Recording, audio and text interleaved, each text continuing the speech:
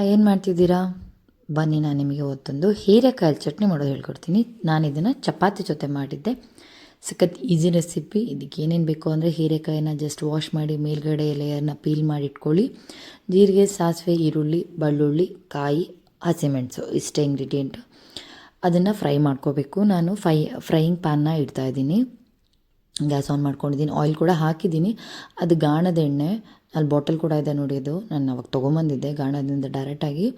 So ಅದನ್ನು use ಮಾಡ್ತಾಯಿದ್ದೀನಿ. ಹಾಕಿದ್ದೀನಿ ಈಗ ಆಲ್ರೆಡಿ ನಾನು ಎಣ್ಣೆಗೆ ಸಾಸಿವೆ ಹಾಕ್ತಾಯಿದ್ದೀನಿ. ಸಾಸಿವೆ, ಜೀರಿಗೆ ಎಲ್ಲ ಒಟ್ಟಿಗೆ ಹಾಕ್ಕೋಬೋದು. ಹಾಗೇನು 1 by 1 ಹಾಕಬೇಕು ಅಂತೇನಿಲ್ಲ. ಅಂದರೆ ಅದರಲ್ಲೇ ಫ್ರೈ ಆಗೋದ್ರಿಂದ ಸೊ ನಿಮಗೇನು ಪ್ರಾಬ್ಲಮ್ ಆಗೋದಿಲ್ಲ. 1 by 1 ಹಾಕೋ ನೆಸೆಸಿಟಿನೂ ಇಲ್ಲ. ಅರ್ಜೆಂಟ್ ಇದೆ ಅಂದಾಗ ಎಲ್ಲ ಒಟ್ಟಿಗೆ ಹಾಕ್ಬೋದು. ನಾನಿಲ್ಲಿ ನಿಮಗೆ ತೋರಿಸ್ಬೇಕು ಅಂತ ಸಪ್ರೇಟ್ ಹಾಕ್ತಾಯಿದ್ದೀನಿ ಅಷ್ಟೇ. ಈಗ ಎಲ್ಲ ಚಾಪ್ ಮಾಡ್ಕೊಂಡಿದ್ವಲ್ಲ ಎಲ್ಲದನ್ನು ಕಡಾಯಿಗೆ ಹಾಕ್ತಾಯಿದ್ದೀವಿ. ಬೆಳ್ಳುಳ್ಳಿ ಹಾಕಿದೆ, ಹೀರೆಕಾಯಿ ಹಾಕಿದೆ, ಕಾಯಿ, ಹಸಿ ಕೊಬ್ಬರಿನ ಹಾಕ್ಬೋದು. ಹಸಿ ಕೊಬ್ಬರಿನೇ, ಅದನ್ನು ಚಾಪ್ ಮಾಡ್ಕೊಂಡಿದ್ದೀನಿ ಅಷ್ಟೇ. ಈರುಳ್ಳಿ ಹಾಕ್ತಾಯಿದ್ದೀನಿ. ಇದಕ್ಕೇ ಕರಿಬೇವು, ಕೊತ್ತಂಬರಿ, ಹಾಗೆ ಮೆಂತೆ ಎಲ್ಲ ಹಾಕ್ತೀನಿ.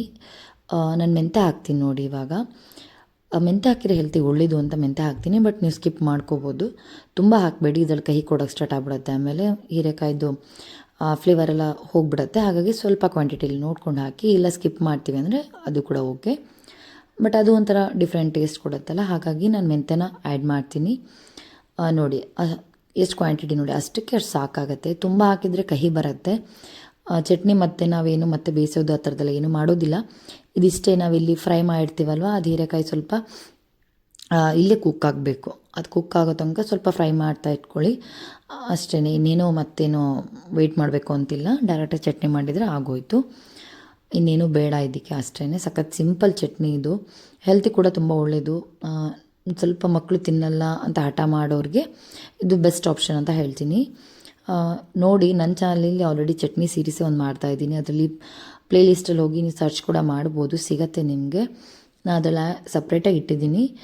ನೋಡಿ, ಇದನ್ನ ಫ್ರೈ ಮಾಡ್ಕೊತಿದ್ದೀನಲ್ಲ, ಜಸ್ಟ್ ಅಂದರೆ ಎಲ್ಲ ನೀಟಾಗಿ ಮಿಕ್ಸ್ ಆಗಲಿ ಅಂತೇಳಿ ಮಾಡ್ತಾಯಿದ್ದೀನಿ. ಸಖತ್ ಈಸಿ ಇದೆ, ತುಂಬ ಏನು ಟೈಮ್ ಹಿಡಿಯೋದಿಲ್ಲ. ನೀವು ಹಸಿ ಕೊಬ್ಬರಿನ ಬೇಕಾದ್ರೂ ನೀವು ಗ್ರೇಟ್ ಮಾಡಿ ಹಾಕ್ಕೋಬೋದು. ಇಲ್ಲಿ ನಾನು ಅದು ಕಟ್ಟಾಯಿತು ಅಂತೇಳ್ಬಿಟ್ಟು ಅದನ್ನ ಚಾಪ್ ಮಾಡಿ ಹಾಕಿದ್ದೀನಿ ಅಷ್ಟೇ. ಏನು ಡಿಫ್ರೆನ್ಸ್ ಆಗೋದಿಲ್ಲ ಟೇಸ್ಟಲ್ಲಿ. ಸೊ ಟ್ರೈ ಮಾಡಿ, ಒಂದು ಸತಿ ಹೇಗಿತ್ತು ಅಂತ ಹೇಳಿ. ಹಾಗೆ ನನ್ನ ಚಾನಲ್ಗೆ ಹೊಸಬ್ರು ಯಾರು ಇದ್ದರೆ ಪ್ಲೀಸ್ ಸಬ್ಸ್ಕ್ರೈಬ್ ಮಾಡಿ. ಬಿಕಾಸ್ ನಿಮ್ಮ ಸಪೋರ್ಟ್ ತುಂಬ ಬೇಕಾಗುತ್ತೆ ಸ್ಟಾರ್ಟಿಂಗಲ್ಲಿ ಇರೋದ್ರಿಂದ. ಎಲ್ಲ ನನ್ನ ಚಾನಲು ಅಂತಲ್ಲ, ಯಾರೇ ಹೊಸಬ್ರಿದ್ರು ಅವ್ರಿಗೆಲ್ಲರಿಗೂ ನೋಡ್ತಾ ಒಂದು ಲೈಕ್, ಒಂದು ಸಬ್ಸ್ಕ್ರೈಬ್ ಮಾಡಿದರೆ ನಮ್ಮದೇನೂ ಖರ್ಚಾಗೋದಿಲ್ಲಲ್ಲ, ಹಾಗಾಗಿ ಹೇಳ್ತಿದ್ದೀನಿ. ನೋಡಿ, ಇವಾಗ ಅದು ಸ್ವಲ್ಪ ಕುಕ್ ಆಗಬೇಕು. ಅಂದರೆ ಆನಿಯನ್ ಎಲ್ಲ ಕಲರ್ ಚೇಂಜ್ ಆಗಬೇಕು. ಹಾಗೆ ಅದು ನೀಟಾಗಿ ಕುಕ್ ಆಗಬೇಕು. ನಾನು ಇವಾಗ ಕೊತ್ತಂಬರಿ ಸ್ವಲ್ಪ ಕ್ವಾಂಟಿಟಿ ಸ್ವಲ್ಪ ಜಾಸ್ತಿ ತೊಗೊಂಡಿದ್ದೀನಿ. ಕರಿಬೇವು ಫ್ರೆಶ್ ಆಗಿ ಸಿಕ್ತು ಅಂದರೆ ಹಾಕ್ಕೊಳ್ಳಿ, ಅದನ್ನು ಆ್ಯಡ್ ಮಾಡ್ಕೋಬೋದು. ನಂದಿಲ್ಲಿ ಕರಿಬೇವು ಹಾಕಿಲ್ಲ ನಾನು ಇವಾಗ, ಬಿಕಾಸ್ ಇರಲಿಲ್ಲ ಅಂತೇಳಿ ಹಾಕಿರಲಿಲ್ಲ ಅಷ್ಟೇ. ಇದ್ರೆ ಕರಿಬೇವು ಹಾಕಿದರೂ ಕೂಡ ಅದು ಕೂಡ ಹೆಲ್ತಿಗೆ ತುಂಬ ಒಳ್ಳೆಯದು. ಹಾಗಾಗಿ ಅಂದರೆ ಬೇರೆ ಕಡೆ ಕರಿಬೇವೆಲ್ಲ ಹಾಕಿದ್ರೆ ಏನು ಮಾಡ್ತಾರೆ, ಎತ್ತಿಟ್ಬಿಡ್ತಾರೆ. ಇದರಲ್ಲಿ ಹೀಗಾಗಿ ಮಿಕ್ಸ್ ಮಾಡೋದ್ರಿಂದ ಏನು ಎತ್ತಿಡೋಕ್ಕೆ ಚಾನ್ಸ್ ಇರೋದಿಲ್ಲ. ಎಲ್ಲ ನೀಟಾಗಿ ಹೊಟ್ಟೆ ಹೋಗುತ್ತೆ. ಮಕ್ಕಳಿಗಂತೂ ತುಂಬ ಒಳ್ಳೆಯದು.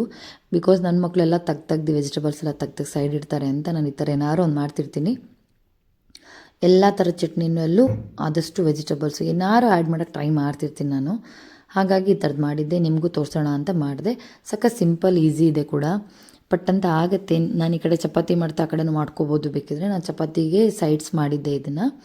ತುಂಬ ಚೆನ್ನಾಗುತ್ತೆ ಟೇಸ್ಟು. ನಮ್ಮಲ್ಲಿ ಎಲ್ಲರಿಗೂ ತುಂಬಾ ಫೇವ್ರೇಟ್ ಇದು. ಅಂದರೆ ಇದ್ರದ್ದು ಪಲ್ಯ ಮಾಡಿದರೆ ಅಷ್ಟು ಲೈಕ್ ಮಾಡೋದಿಲ್ಲ, ಹಾಗಾಗಿ ನಾನು ಈ ಥರ ಮಾಡ್ತೀನಿ. ನೋಡಿ, ಅದೆಲ್ಲ ಕುಕ್ ಆಗಿದೆ. ಕಲರ್ ಕೂಡ ಗ್ರೀನ್ ಇದೆ, ಸ್ವಲ್ಪ ಡಾರ್ಕ್ ಗ್ರೀನ್ ಆಗಿದೆ. ಗೊತ್ತಾಗುತ್ತೆ ನಿಮ್ಗೆ ಅಲ್ಲಿ ಕುಕ್ ಆಗಿರೋದು. ಆಯಿಲಲ್ಲೇ ಕುಕ್ ಆಗಬೇಕು, ನೀರೆಲ್ಲ ಏನು ಆ್ಯಡ್ ಮಾಡಿಬಿಡಿ. ಅದು ಬೇಗ ಕುಕ್ ಆಗುತ್ತೆ. ಅಂದರೆ ಚಿಕ್ಕದಾಗಿ ಚಾಪ್ ಮಾಡ್ಕೊಳ್ಳಿ ಅದನ್ನ, ಆದರೆ ಬೇಗ ಕುಕ್ ಆಗುತ್ತೆ. ನೀವು ಹಾಗೆ ಸ್ವಲ್ಪ ಅರ್ಜೆಂಟಿಗೆ ದೊಡ್ಡ ಚಾಪ್ ಮಾಡಿದರೆ ತುಂಬ ಟೈಮ್ ತೊಗೊಳುತ್ತೆ, ಹಾಗಾಗಿ ಹೇಳಿದೆ. ನೋಡಿ, ಸಖತ್ ಈಸಿ ಇದೆ. ಇಷ್ಟೇ, ಇನ್ನೇನೂ ಇಲ್ಲ. ಸಾಲ್ಟನ್ನು ಆ್ಯಡ್ ಮಾಡಿ, ಸ್ವಲ್ಪ ಅರಿಶಿನ ಪುಡಿ ಬೇಕಿದ್ರೆ ಹಾಕ್ಕೋಬೋದು. ಅದನ್ನು ಆ್ಯಡ್ ಮಾಡಿದರೆ ಮುಗೀತು ಅಷ್ಟೇ. ಗ್ರೈಂಡ್ ಮಾಡಿದರೆ ನಿಮ್ಮ ಚಟ್ನಿ ರೆಡಿ ಇರುತ್ತೆ. ಚಪಾತಿಗೆ, ಅಕ್ಕಿ ರೊಟ್ಟಿಗೆ, ಆಮೇಲೆ ನಾವು ಕಡುಬು ಎಲ್ಲ ಮಾಡ್ತೀವಲ್ಲ, ಅಂದರೆ ನಾನು ನಿಮಗೆ ಅಕ್ಕಿ ಕಡುಬು ಮಲೆನಾಡು ಸೈಡಲ್ಲಿ ಇರೋರಿಗೆಲ್ಲ ಗೊತ್ತಿರುತ್ತೆ. ಅಕ್ಕಿ ಕಡುಬು ಮಾಡೋರಿಗೆಲ್ಲ ಗೊತ್ತಿರುತ್ತೆ. ಅದ್ರ ಜೊತೆ ಇದು ಕಾಂಬಿನೇಷನ್ ತುಂಬ ಚೆನ್ನಾಗುತ್ತೆ. ರೆಸಿಪಿ ಕೂಡ ಹಾಕಿದ್ದೀನಿ ನಾನು ಆಲ್ರೆಡಿ. ನೀವು ಅದನ್ನು ನನ್ನ ಚಾನಲಲ್ಲಿ ನೋಡಿ, ನೀವು ಟ್ರೈ ಮಾಡಿ ಹೇಗೆ ಬಂತು ಅಂತ ನಂಗೆ ಹೇಳಿ. ಅದ್ರ ಜೊತೆ ಇದು ಕಾಂಬಿನೇಷನ್ ತುಂಬ ಅಂದರೆ ತುಂಬ ಚೆನ್ನಾಗುತ್ತೆ. ಒಂದು ಸತಿ ಟ್ರೈ ಮಾಡಿ ನಂಗೆ ಹೇಗೆ ಬಂತು ಅಂತ ಕಮೆಂಟ್ ಮಾಡಿ. ಹಾಗೆ ನನ್ನ ಚಾನಲ್ಗೆ ನಿಮ್ಮ ಸಪೋರ್ಟ್ ಕೂಡ ಮಾಡಿ, ಶೇರ್ ಕೂಡ ಮಾಡಿ. ಸಖತ್ ಈಸಿ ಇದೆ ರೆಸಿಪಿ. ನೋಡಿ ಇಷ್ಟೇ ಮುಗ್ದೋಯ್ತು. ನೀಟಾಗಿ ಫೈನ್ ಪೇಸ್ಟ್ ಆಗೋ ತನಕ ಗ್ರೈಂಡ್ ಮಾಡ್ಕೊಳ್ಳಿ. ಗೊತ್ತಾಗತ್ತಲ್ಲ ನಿಮಗೆ, ನೋಡಿ ಆ ಕನ್ಸಿಸ್ಟೆನ್ಸಿ ಇನ್ನೂ ಬಂದಿಲ್ಲ. ಈಗ ನೀರು ಆ್ಯಡ್ ಮಾಡ್ಕೋಬೋದು. ನಾನು ಯಾಕೆ ನೀರು ಫಸ್ಟ್ ಆ್ಯಡ್ ಮಾಡಿರಲಿಲ್ಲ ಅಂದರೆ ಅಲ್ಲಿ ಹಸಿ ಕೊಬ್ಬರಿ ತೊಗೊಂಡಿದ್ದೆ, ಅಂದರೆ ಚಾಪ್ ಮಾಡಿ ತೊಗೊಂಡಿದ್ದೆ. ನಾವು ಆವಾಗಲೇ ನೀರು ಹಾಕ್ಬಿಟ್ರೆ ಅದು ನೀಟಾಗಿ ಗ್ರೈಂಡ್ ಆಗೋಲ್ಲ. ಹಾಗಾಗಿ ನೋಡಿ ಇವಾಗ ನಾನು ಪಿಂಕ್ ಸಾಲ್ಟ್ ಆ್ಯಡ್ ಮಾಡ್ತಾಯಿದ್ದೀನಿ. ಸಾಲ್ಟ್ನ ನೋಡಿ ಆ್ಯಡ್ ಮಾಡಿ, ಚಟ್ನಿಗೆ ಎಷ್ಟು ಬೇಕು ಅಷ್ಟೇ ಹಾಕಿ, ಬಿಕಾಸ್ ಜಾಸ್ತಿ ಆದರೆ ಆಗೋಲ್ಲ. ಇದು ಏನು ಅಂತ ಗೊತ್ತಾ ನಿಮಗೆ? ಮೇ ಬಿ ಉತ್ತರ ಕರ್ನಾಟಕದಲ್ಲಿ ಗೊತ್ತಿರುತ್ತೆ, ಅದು ಇಂಗ್ಳಕಾಯಿ ಅಂತಲೂ ಅಂತಾರೆ. ಅದನ್ನು ಉಪ್ಪಲ್ಲಿ ಹಾಕಿಟ್ರೆ ಏನೋ ಗ್ಯಾಸ್ಟ್ರಿಕ್ ಪ್ರಾಬ್ಲಮ್ ಬರಲ್ಲ ಅಂತ ಹೇಳ್ತಾರೆ. ಹಾಗಾಗಿ ನಾನು ಕೂಡ ಅದನ್ನೇ ಫಾಲೋ ಮಾಡ್ತೀನಿ. ನಮ್ಮಲ್ಲಿ ಯಾರಿಗೂ ಗ್ಯಾಸ್ಟ್ರಿಕ್ ಪ್ರಾಬ್ಲಮ್ ಇಲ್ಲ, ಬಟ್ ಅಂದರೂ ನಾನು ಅದು ಉಪ್ಪಲ್ಲೇನೋ ಹಾಕಿಟ್ರೆ ಒಳ್ಳೆಯದು ಹೆಲ್ತಿಗೆ ಅಂತಾರಲ್ಲ, ಹಾಗಾಗಿ ಅದನ್ನ ನಾನು ಕೂಡ ಫಾಲೋ ಮಾಡ್ತೀನಿ. ನೀವು ಅಲ್ಲೆಲ್ಲಾದರೂ ಸಿಕ್ಕಿದರೆ, ನಾನು ಅದು ಬೇಕಾದ್ರೆ ಒಂದು ಸತಿ ಫುಲ್ ಸಿಕ್ಕಿದ್ರೆ ಅದನ್ನ ಸಿಪ್ಪೆ ಇರುತ್ತದು, ಆ ಸಿಪ್ಪೆ ಸಮೇತ ಇಡಬಾರ್ದು, ಅದನ್ನ ಸಿಪ್ಪೆ ತೆಗ್ದು ಹಾಕಬೇಕು. ನಾನು ಅದು ಸಿಕ್ಕಿದರೆ ನಿಮ್ಗೆ ಇನ್ನೊಂದು ಯಾವ್ದಾದ್ರು ವೀಡಿಯೋದಲ್ಲಿದ್ದರೆ ನಾನು ತೋರಿಸ್ತೀನಿ. ತುಂಬ ಏನು ಕಾಸ್ಟ್ಲಿ ಇಲ್ಲ, ಬರೀ 10 ರೂಪೀಸ್ ಅಷ್ಟೇ, ಬಟ್ ಹೆಲ್ತಿಗೆ ಒಳ್ಳೇದಲ್ಲ ಅಂತೇಳಿ ಇಲ್ಲಿ ಅದನ್ನ ಫಾಲೋ ಮಾಡ್ತಾರೆ. ಧಾರವಾಡ, ಹುಬ್ಳಿ, ಲೈಕ್ ಉತ್ತರ ಕರ್ನಾಟಕದಲ್ಲೆಲ್ಲ ಎಲ್ಲರೂ ಫಾಲೋ ಮಾಡ್ತಾರೆ ಟ್ರೆಡಿಷ್ನಲಾಗಿ, ಅದನ್ನ ಉಪ್ಪಲ್ಲಿ ಹಾಕಿ ಇಟ್ಟಿರ್ತಾರೆ. ಸೊ ಹಾಗಾಗಿ ನಾನು ಕೂಡ ಅದನ್ನೇ ಫಾಲೋ ಮಾಡ್ತಿದ್ದೀನಿ, ಹೆಲ್ತಿಗೆ ಒಳ್ಳೇದಲ್ಲ ಅಂತೇಳ್ಬಿಟ್ಟು. ನೋಡಿ ಇವಾಗ ಎಷ್ಟು ಫೈನ್ ಪೇಸ್ಟ್ ಆಗಿದೆ, ಚಟ್ನಿ ಕನ್ಸಿಸ್ಟೆನ್ಸಿ ಬಂದಿದೆ. ಇವಾಗೇನು ಮತ್ತೆ ಬೇಡ ಎಕ್ಸ್ಟ್ರಾ ಆ್ಯಡ್ ಮಾಡೋದು. ಬೇಕು ಅಂದರೆ ನೀವು ಇದಕ್ಕೇ ಹುಣಸೆಹಣ್ಣು ಕೂಡ ಹಾಕ್ಕೋಬೋದು. ಲೈಕ್ ಅದು ಡಿಪೆಂಡ್ಸ್, ನೀವು ಬೇಕಾದರೆ ಹಾಕ್ಬೋದು. ನಾನಿಲ್ಲಿ ಹಾಕಿಲ್ಲ, ನನಗೆ ಬೇಡ ಅಂತೇಳ್ಬಿಟ್ಟು ನಾನು ನಾರ್ಮಲಿ ಹೀಗೆ ಮಾಡೋದು, ಹುಣಸೆಹಣ್ಣೆಲ್ಲ ಹಾಕಲ್ಲ. ನಂಗೆ ಇದೇ ಥರ ಚೆನ್ನಾಗಿದೆ, ಬಟ್ ಬಿಸಿ ಇತ್ತು, ಸ್ಕೂಲಿಗೆ ಟೈಮ್ ಆಗಿತ್ತಲ್ಲ, ಹಾಗಾಗಿ ನಾನು ಸ್ವಲ್ಪ ಅರ್ಜೆಂಟಲ್ಲೇ ಮಾಡ್ತಿದ್ದೆ. ಬೇಗ ಟೈಮ್ ಆಗಿಬಿಟ್ಟಿದೆ ಅಂತ. ಚಪಾತಿ ಜೊತೆಗೆ ಸಖತ್ ಒಳ್ಳೆ ಕಾಂಬಿನೇಷನು, ಮಸ್ತ್ ಆಗುತ್ತೆ. ಮಾತ್ರ ಚಪಾತಿ ಚಟ್ನಿ ಮಾತ್ರ ಅಲ್ಟಿಮೇಟ್ ಕಾಂಬಿನೇಷನ್ ಮಾತ್ರ. ನೋಡಿ ಸಕ್ಕತ್ತ ಅನಿಸುತ್ತೆ. ಒಂದು ಸತಿ ಟ್ರೈ ಮಾಡಿ ಹೇಗೆ ಬಂತು ಅಂತ ಹೇಳಿ. ಹಾಗೆ ನನ್ನ ಚಾನಲ್ನ ಸಪೋರ್ಟ್ ಮಾಡಿ.